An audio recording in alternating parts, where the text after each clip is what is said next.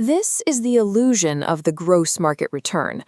We track an idealized upward trajectory, but that top-line performance rarely survives contact with reality.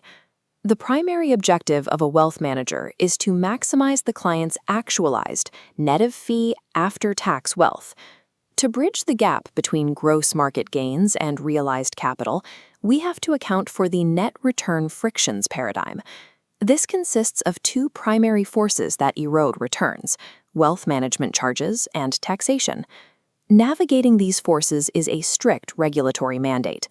Compliance requires precise execution of pre-transaction disclosure rules and a deep understanding of multi-jurisdictional tax laws. This diagram represents our starting point, the gross return. We will construct a mechanical model of these frictions to trace the exact path of capital erosion down the waterfall. Mastering the calculation and regulatory defense of this capital flow is the wealth advisor's core utility. The first friction is wealth management costs. These break down into planning fees, transaction charges, and annual management fees.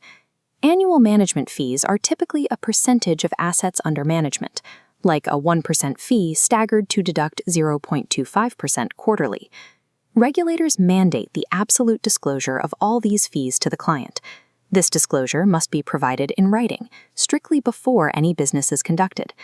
The document must state the total price to be paid, encompassing all related fees, commissions, charges, and taxes payable via the firm. If the exact fees cannot be indicated up front, the firm is legally required to disclose the exact mathematical basis of calculation so the client can verify the amounts later. Any commissions charged must be itemized separately. If costs are payable in a foreign currency, the conversion rates and associated costs must be explicitly defined. Comprehensive fee disclosure forms the required regulatory foundation before client capital enters the market. The second layer of friction involves business and transaction taxes. We separate corporate taxes on company profits from specific taxes hitting an investor's trade. Corporate taxes operate macroeconomically, like the OECD's 15% minimum rate. We'll focus entirely on the transaction tax pathway. Financial transaction taxes are direct levies imposed whenever a financial instrument is bought, sold, or transferred. Structurally, these are generally ad valorem taxes, meaning they are calculated as a percentage of the market value of the shares being exchanged. A primary example of this mechanism is the UK's stamp duty reserve tax. This specific tax operates at a flat rate of 0.5%, applied directly to share purchases. Transaction taxes guarantee immediate capital leakage at the precise moment of trade execution. The third friction layer brings us to personal taxes, levied directly on returns. These split into two categories: income tax, assessed on total income received in a financial year, and capital gains tax, which is triggered upon asset disposal or when gifts are made. To assess true liability on income payments, advisors frequently use a calculation known as grossing up. This formula converts a net return back to a gross figure. If an income payment is paid net of a 20% tax, you divide the net amount by 80 and multiply by 100 to find the gross liability. Zero-coupon bonds present a specific structural challenge regarding income tax. As these instruments carry no interest and are bought at a discount, authorities annually revalue them. They classify any gain over the tax year as income, ensuring the bond doesn't escape a tax charge. To mitigate these personal taxes, advisors deploy capital into tax wrappers.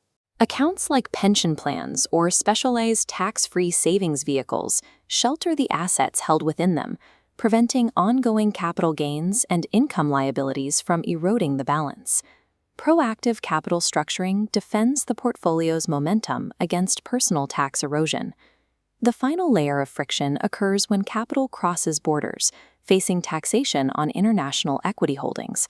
When investors hold shares in overseas companies, the issuer or paying agent will often deduct a withholding tax at the source before the dividend reaches the investor. To prevent paying taxes on the same cross-border income twice, governments utilize double taxation relief. This relief is formally established through negotiated double tax agreements between specific nations. Depending on the agreement, investors can achieve one of three outcomes: a total tax exemption, a reduced withholding rate, or a domestic tax credit. These liabilities are dictated by macroeconomic frameworks, operating on worldwide or territorial systems. Under a worldwide system, residents are taxed on global income regardless of origin.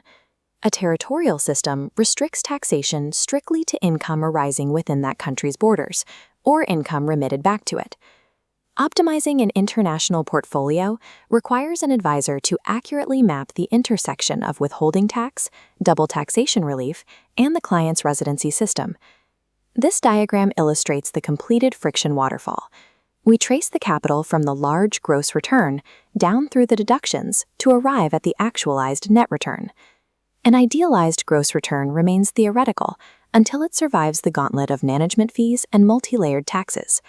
This mechanical reality must be built directly into the client's investment policy statement. The wealth manager's mandate is strictly defined by upfront written fee transparency. Capital must be strategically placed in tax wrappers to defend against domestic erosion. Double taxation relief must be actively navigated to preserve cross-border compounding momentum. Strict regulatory compliance is inseparable from mathematical optimization. Ultimately, true investment performance is measured strictly at the very bottom of the friction waterfall, where real client wealth is successfully realized and protected.